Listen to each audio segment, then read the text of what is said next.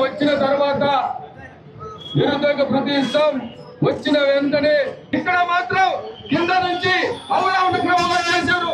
ఇదంతా చూస్తా ఉంటే నిజంగా ఒక ఎస్సీ ఉద్యోగం, ఒక ఎస్సీలో, ఒక బీసీలో, ఒక రిజర్వేషన్ లో ఉన్న ఒక నిరుద్యోగికి ఒక ఉద్యోగం రావాలంటే ముందుగా ఓపెన్ కేటగిరీలో వారి యొక్క వచ్చిన మార్పులని ముందుగా ఓపెన్ కేటగిరీలో మనిషి ఉన్నటువంటి మహారాజు వారి నాయకత్వంలో దొంగ సర్టిఫికేట్ తీసుకున్నటువంటి వాడు క్రీడా మైదానంలో అడుగు పెట్టినటువంటి వాడు. వాళ్ళకి ఇక్కడ పరీక్ష రాస్తే ఎన్ని మార్కులు వస్తాయో మనందరికీ తెలుసు. అందుకని పరీక్ష రాస్తే వీళ్ళ బండారం బయట పడిపోతే వీళ్ళకి ఉద్యోగాలు రావు కాబట్టి జీవోఎంఎస్ నంబర్ 47 ఒకటి తీసుకొచ్చాడు.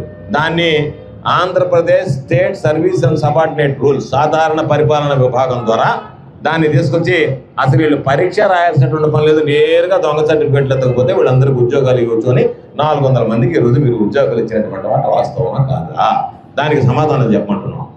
లేదు, జీవోఎంఎస్ నంబర్ 47 ఇచ్చిన తర్వాత మరలా ఏదైతే డిఎస్సి ప్రక్రియ పూర్తయిపోయిన మరలా జీవోఎంఎస్ నంబర్ 56 తెచ్చి ఇక మీదట కూర్చున్నటువంటి వాళ్ళు మాత్రం పోటీ పరీక్షలు రాయాలి అని చెప్పినాడు. మొన్న కూర్చున్నటువంటి వాళ్ళకి ఎందుకు మినహాయింపు ఇచ్చారు మీరు?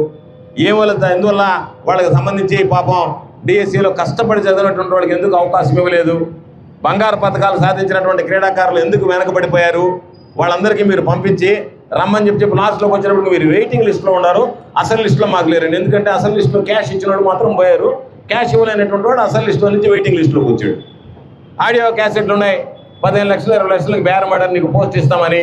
ఆ 15 లక్షలు 20 లక్షలకు సంబంధించినటువంటి దాని మీద ఏదో విచారణ జరపమంటే నా మీద, ప్రతాప్ రెడ్డి మీద, సత్యనారాయణ రెడ్డి మీద 4 బెయిల్ కేసులు పెట్టి మేము ఎక్కడున్నామని ఎతికారు. ఆ ప్రభుత్వాన్ని 15 లక్షలు 20 లక్షలను మాత్రం స్టేషన్కి తీసుకొచ్చి స్టేషన్ బెయిల్ ఇచ్చి పంపించేశారు. దీని వెనక ఉన్నటువంటి కుట్ర ప్రతి ఒక్కరికి అర్థమైపోయింది. చంద్రబాబు నాకు సంబంధం లేదు అని అంటాడు. నీకు సంబంధం లేకుండా జీవో ఎట్లొచ్చింది? సాధారణ పరిపాలన విభాగానికి సంబంధించి ఏదైతే నువ్వు పరీక్ష పత్రాలు రాయాల్సినటువంటి అవసరం లేదని AP state service and subordinate రూల్స్కు సంబంధించినటువంటి సడలింపించావో అది ప్రతి ముఖ్యమంత్రిగా ఉన్నటువంటి వ్యక్తి సంతకం పెడితే తప్ప వచ్చేది కాదు. ఎందుకు చెప్తున్నానంటే అంత గట్టిగా, జనరల్ అడ్మినిస్ట్రేషన్ అంటే సాధారణ పరిపాలన విభాగం ఈ రాష్ట్రంలో ఎవరు ముఖ్యమంత్రిగా ఉంటే వాళ్ళ చేతుల్లో ఉంటుంది, వేరే వాళ్ళకు ఉండదు. ఈ మధ్య నీట్ పరీక్ష లీక్ అయితే ఢిల్లీలో జంతర్ మంతర్ దగ్గర చాలామంది విద్యార్థులు వెళ్ళి నిరాహార దీక్ష చేశారు. సరే, నైతిక విలువలకు కట్టుబడి ఈరోజు కేంద్ర విద్యాశాఖ మంత్రిగా ఉన్నటువంటి ధర్మేంద్ర ప్రధాన్ రాజీనామా చేశాడు.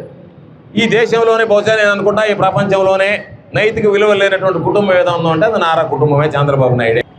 ఎవరైతే డిఎస్సి నిర్వహిస్తున్నారో వారు కూడా ఎగ్జామ్ కాసి వారికి ర్యాంక్స్ వచ్చినాయంటే ఏ విధంగా ఆ ప్రశ్నాపత్రాలు అవకతవకలు జరిగాయో ఒకసారి అర్థం చేసుకోవాలి. అదేవిధంగా కొన్ని వీడియోస్ బయటకు వచ్చినాయి. ఉద్యోగం ఇస్తే ఎంత అమౌంట్, 15 లక్షగా 20 లక్షగా విధంగా వీడియోస్ అధికారుల నుంచి రావడం జరిగింది. అదేవిధంగా తెలుగుదేశం సంబంధించిన ఎమ్మెల్యేస్ కావచ్చు, ఎంపీస్ కావచ్చు, వాళ్ళు కొన్ని స్పోర్ట్స్ అసోసియేషన్ అధ్యక్షులుగా ఉండి